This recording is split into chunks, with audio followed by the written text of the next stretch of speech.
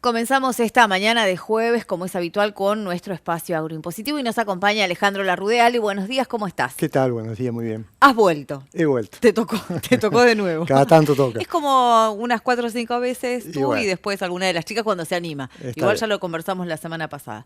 Bueno, Ale, ¿de qué vamos a hablar hoy? Y hoy vamos a tratar de hablar de los seguros, si tenemos seguros, si no tenemos seguros en el sector agropecuario, básicamente. ¿Cómo reniega uno? Si Uno tiene y reniega. si no tiene. Sí, de las dos maneras, es cierto. La verdad que uno reniega. Si tiene por qué pagar y si no tenés, porque tenés un problema. Sí, todo el tramiterío después, pero bueno, no, tampoco es que vamos a atender a todas las aseguradoras ahora, pero en otro momento lo haremos. Pero bueno, ¿en qué influye esto? ¿Por qué el tema justamente de los seguros hoy? Bien, el tema es importante, el tema de los seguros, contratar el seguro, y a veces puede ocurrir que la empresa no tiene el seguro contratado. Entonces hay que ver ahí qué es lo que establece la ley.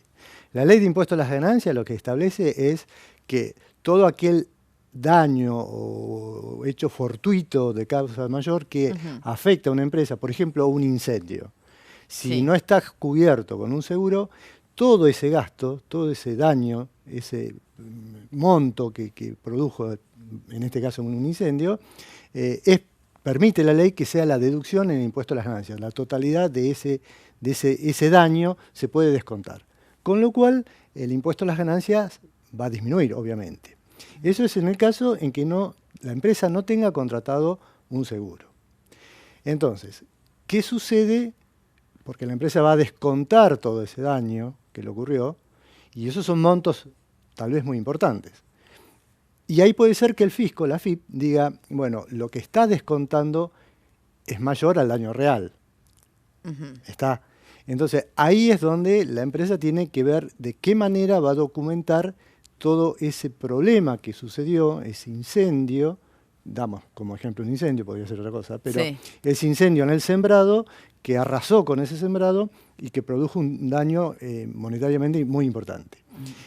¿Cómo va a evaluar eso? ¿Y cómo va a documentar, de qué manera tiene que documentar la empresa para estar cubierta ante un reclamo de la AFIP?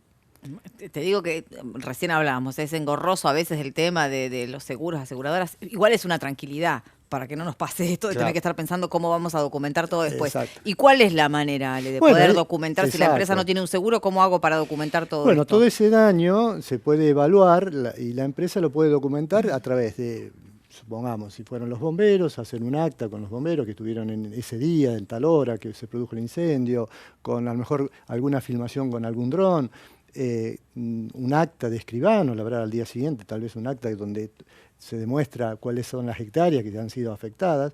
Y tal vez muy, muy importante es el informe que podría llegar a ser un ingeniero agrónomo, donde puede evaluar él el daño que ocasiona ese incendio, en cuánto va a mermar esa producción, porque hubo un hecho que lo disminuyó. Bueno, ¿qué pasa si nos evitamos todo esto y tenemos el seguro? Bueno, en ese caso, ¿cómo ahí sería se allana un poco el camino, ahí, ¿no? Claro, ahí el tema sería, cuando nosotros tenemos un seguro, por ejemplo, una maquinaria, esa maquinaria se destruye, se incendia y nosotros vamos a cobrar una indemnización, la empresa va a cobrar una indemnización por ese seguro que tenía contratado. Pero puede suceder que esa maquinaria ya tiene cierta cantidad de años, a lo mejor vamos a suponer que en 5 años se amortiza, es decir, impositivamente el valor de esa maquinaria es 0. Entonces, toda esa indemnización que se recibe, ese seguro, tributaría impuesto a las ganancias. ¿Está? Entonces, hay una manera legal que sería si la empresa dentro de los 2 años de ocurrido el hecho reinvierte esa suma asegurada en un nuevo bien, similar al que tenía, esa ganancia se va a distribuir a través de una menor amortización, se va a pagar el impuesto a las ganancias en esos años de vida útil, por ejemplo, en 5 años. Entonces es muy distinto pagarlo ahora a que tener que pagarlo en cuotas, digamos, una por año.